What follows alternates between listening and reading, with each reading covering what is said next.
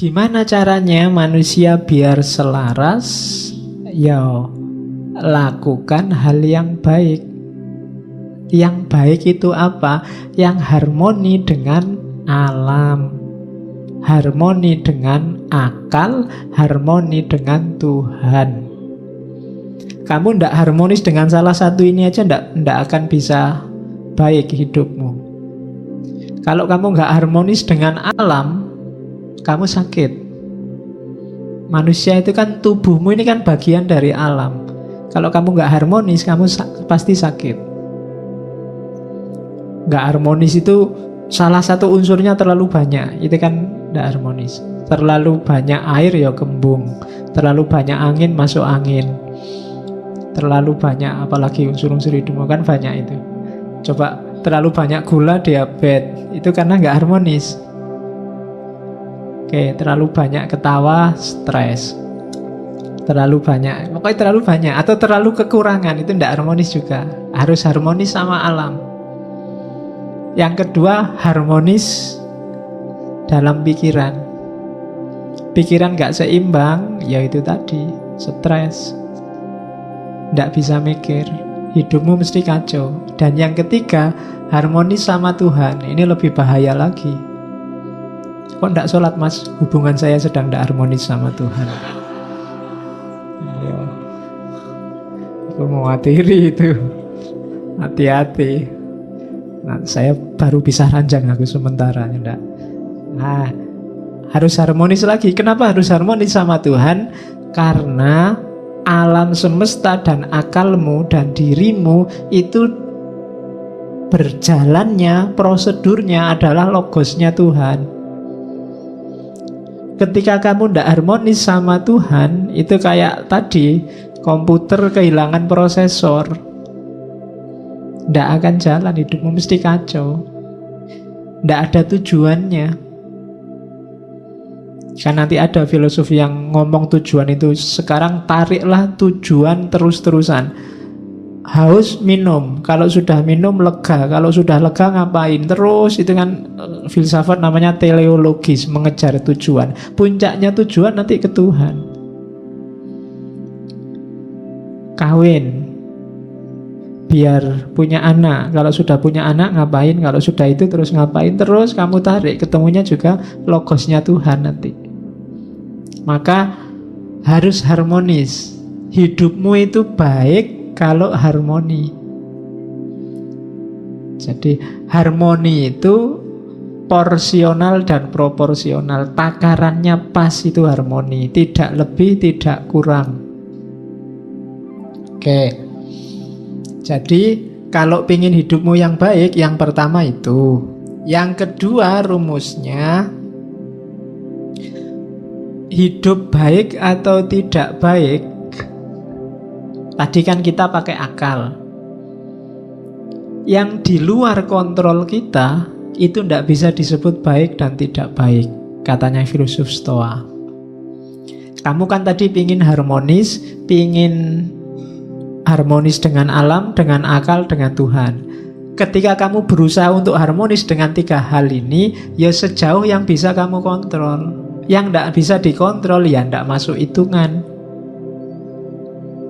Pak, saya ingin harmonis dengan planet Mars, Pak. Ya kadoan. Susah. Pak, saya ingin harmonis. Tidak, harmonis itu dengan yang deket-deket, yang terjangkau, yang bisa kamu kontrol. Gimana caranya agar ngaji ini lebih santai? Ya, itu kan bisa di dalam jangkauan kita.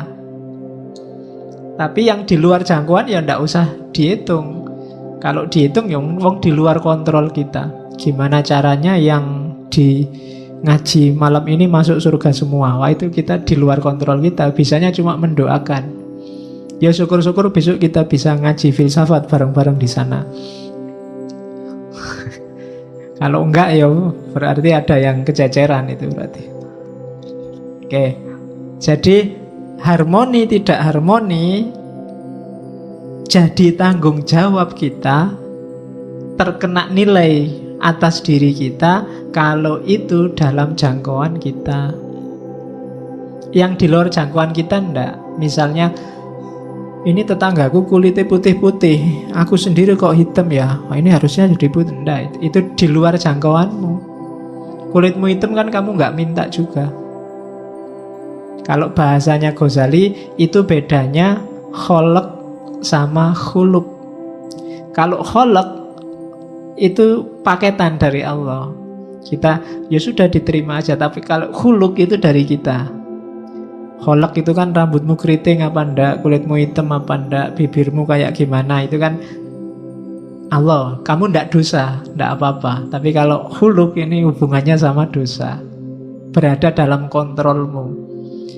Makanya enggak usah galau kalau rambutku keriting ya Pak, kulitku kok hitam ya Pak. Nah, kamu enggak dosa, tenang aja, enggak usah galau. Iya. Jadi enggak usah terlalu stres gara-gara kholq, karena itu di luar jangkauanmu. Tapi sekarang kan bisa diputihkan Pak. Iya, ya bisa aja. Apa susahnya sih mutihkan? Kamu tinggal beli kapur sama. Iya, ya bagi yang punya uang mungkin berada dalam jangkauannya mutihkan. Tapi yang nggak punya kayak kita kan di luar jangkauan kita. Jadi nggak usah galau dengan sesuatu yang di luar jangkauanmu.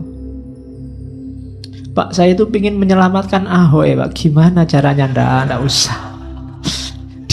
Di luar jangkauanmu itu nggak usah ndaki-ndaki, nggak nyampe. Wong kamu besok bisa makan apa enggak masih mikir mau menyelamatkan Ahok. Jauh. Jadi ndak, yang di luar kontrolmu ndak. Jadi baik atau buruk itu dalam yang bisa kamu kontrol. Jadi yang pertama tadi rumusnya, baik itu yang harmonis. Yang kedua, baik atau buruk itu yang bisa kamu kontrol. Terus yang ketiga, tadi kan disuruh harmonis. Harmonis dengan alam, harmonis dengan akal, harmonis dengan Tuhan. Itu jawabannya satu, melakukan kebajikan. Kebajikan itu berarti apa? Melakukan hal yang utama.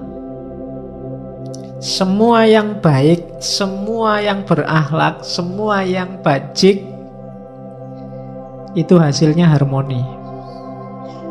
Begitu ada yang melakukan yang ndak baik, ndak bajik tadi, lahirnya mesti chaos. Kenapa kok kacau? Karena banyak yang tidak menetapi kebajikan. Begitu ada satu yang ndak jujur, mesti nanti yang bersangkutan dengan dunia ketidakjujuran itu akan kacau. Misalnya saya bohong, harusnya saya masuk, saya ndak masuk, dan aku diem-diem aja, ndak ngomong-ngomong. Itu kan kacau, kamu datang ke sini kosong, kacau. Gara-gara ketidakbajikan satu. Maka harmonis itu akan lahir kalau kita melakukan hal-hal yang bajik, yang baik. Rumus ketiga. Jadi kalau ingin jadi orang baik, yang pertama, targetnya kebaikan itu harmoni. Yang kedua, baik atau tidak itu hanya dalam hal-hal yang bisa kita kontrol saja. Yang enggak, ya enggak bisa baik, enggak bisa buruk. Yang ketiga, harmoni itu akan lahir melalui kebajikan.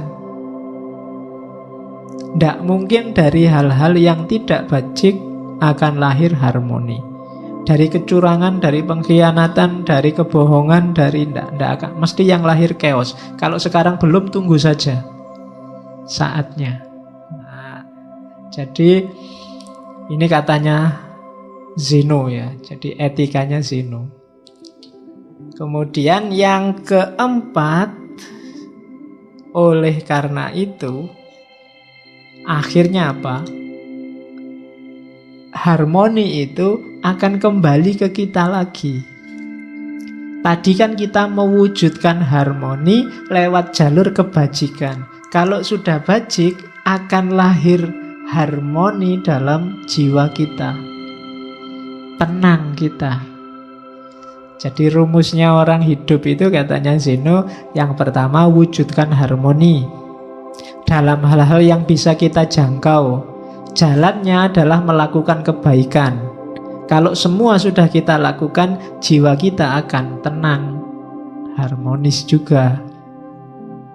Jadi 4. Kalau kita bisa mewujudkan 4 ini, kita akan hidupnya enak. Itulah sunnatullahnya, kebaikan. Rumusnya itu.